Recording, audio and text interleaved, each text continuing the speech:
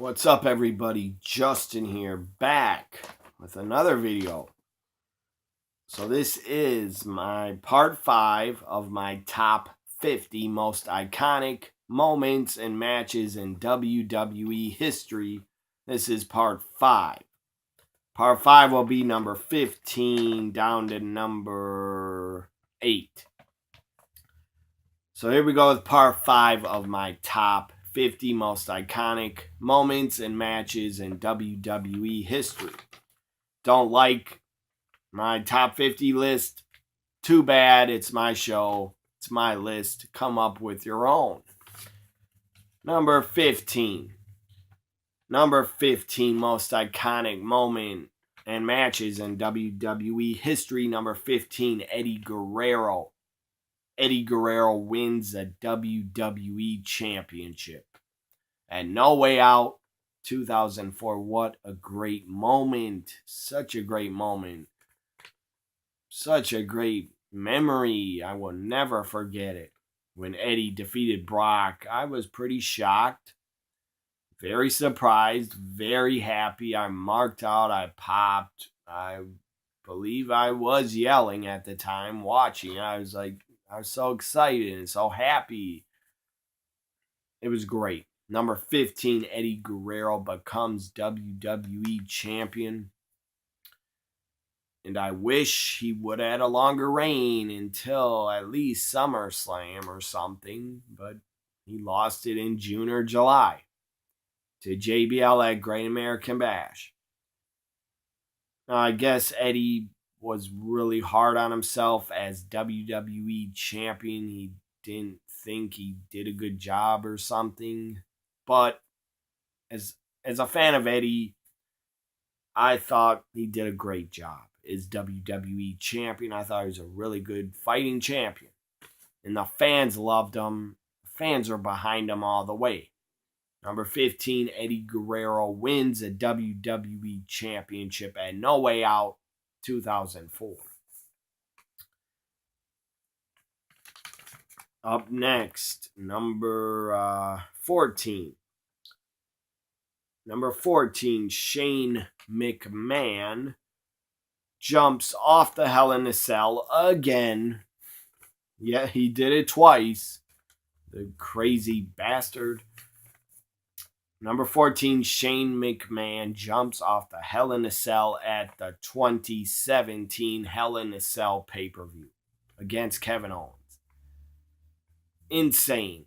Just watch it back. Watch the spot back where he jumps off the cage and again just explodes the announce table.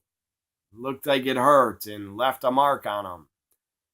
Of course, Sami Zayn interfered and helped pull Kevin Owens off the table. That was pretty shocking. And that was cool. Number 14, Shane McMahon off the Hell in a Cell again at the 2017 Hell in a Cell pay-per-view.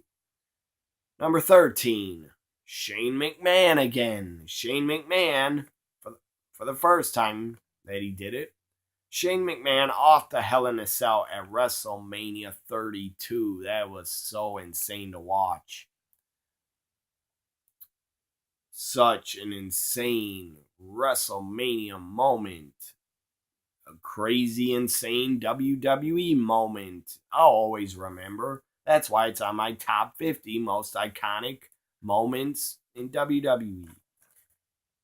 Number 13, Shane McMahon off the Hell in a Cell against The Undertaker through the table at WrestleMania 32. And of course, we know Undertaker got up and moved. If Taker would have took like that elbow from Shane, Taker would have probably had broken ribs from Shane falling on him from that height. And I don't care if there was padding under the announce table or an airbag to protect Shane. I don't care. The impact of that fall from that height still would hurt like a son of a bitch. Still would knock the wind out of you. You would probably have trouble breathing. And Shane said he did crack 2 ribs. So I believe him when he said that. And That's insane. That jump off the Hell in a Cell is fucking insane to see. If you have the network, watch it back. And just watch it back a few times and think about how insane that is. Look, I am deathly afraid of heights, and I don't think I would jump off the Hell in a Cell for even $1 million. I doubt I would. So, number 12. Number 12, the Montreal Screwjob. Brett leaves the WWF or WCW. Number 12 is the Montreal Screwjob, and Brett leaves the WWF. That was an iconic moment in match, the Montreal Screwjob. Definitely will be remembered forever by fans. And it was 22 years ago, and people still talk about it. There's a great documentary on it. If you got the channel Viceland, check out the documentary Dark Side of the Ring. They just talked about and did an episode on the Montreal Screwjob. It was really good, I thought. So, number 11. Number 12, Brett leaves WWF after the Screwjob. Number 11 is Vince McMahon's sit-down interview in November 1997. Vince McMahon sits down with JR on Monday Night Raw after Brett left. I think it was 2 weeks later after the Montreal Screwjob. Vince has a sit-down interview, and number 11 is Brett screwed Brett. Said by Vince McMahon, not by me. Both sides were to blame, in my opinion. But I side with Vince more because it was his company and he didn't want his belt. He didn't want Bischoff to get hold of his world title because Bischoff would have probably threw it in the trash and burned it on Monday Nitro because you couldn't trust Bischoff. Look what Bischoff did with look what Bischoff told Medusa to do. He said, bring your women's title to Nitro, and he had her dump it in the trash. So I do side with Vince McMahon because it was his company. He's fighting for his life against WCW. So the sit-down interview with Vince McMahon where he says Brett screwed Brett is number 11. That interview created the Mr. McMahon heel character, Mr. McMahon. So out of Vince screwing Brett, we got probably the greatest heel character ever in WWE history, Mr. McMahon. Number 10. Number 10 most iconic moment. It wasn't a match, but it's a moment. Number 10, the brand split. The first ever brand split in 2002. It was really cool. It was really good. You had a ton of big names a part of the company. Just top guys that were a part of it. Hogan, The Rock, Stone Cold, the NWO, The Big Show, Kane, Undertaker, Ric Flair. Well, Ric Flair's co-owner, but he was a part of it. There's so much good talent. I mean, Edge, Eddie Guerrero, Benoit, Jericho. The brand split in 2002 was really good, I thought. That is number 10. The 2002 first ever brand split. Number 9. Number 9, Ric Flair's. This was a match, so it is an iconic match in WWE history. Number 9, Ric Flair's Royal Rumble 1992 WWF title win. Ric Flair enters the Rumble, I think, at number 3. I think he's number 3. Or number 2. Maybe he's number 4, but I think he's either 3 or 4. Ric Flair wins the 1992 Royal Rumble, becomes a WWF champion. What a match. One of the greatest matches in WWE history. That's why it's number 9. Ric Flair's Royal Rumble 92 win. Now the final one, number 8.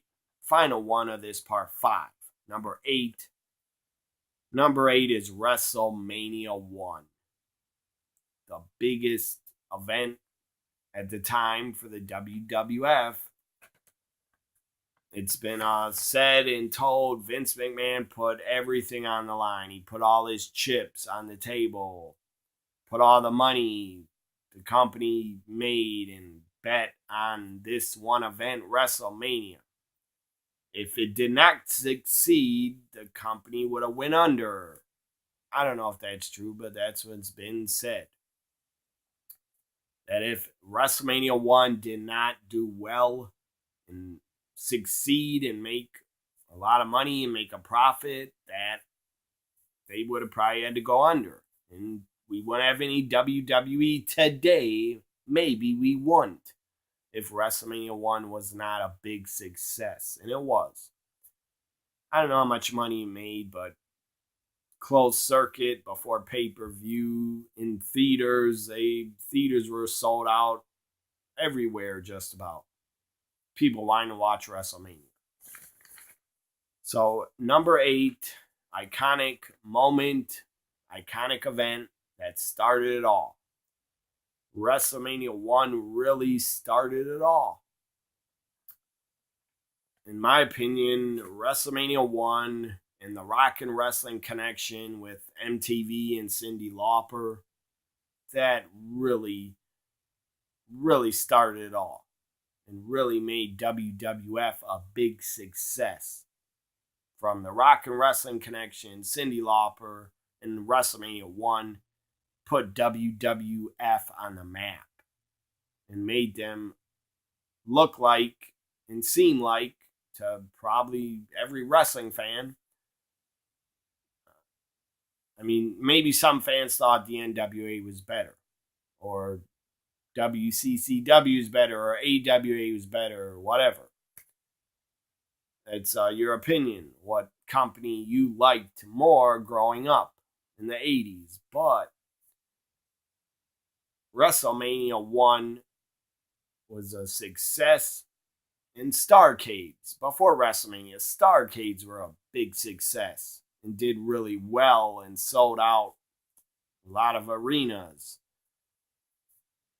But WrestleMania 1 was just a flagship big success for the WWF at the time.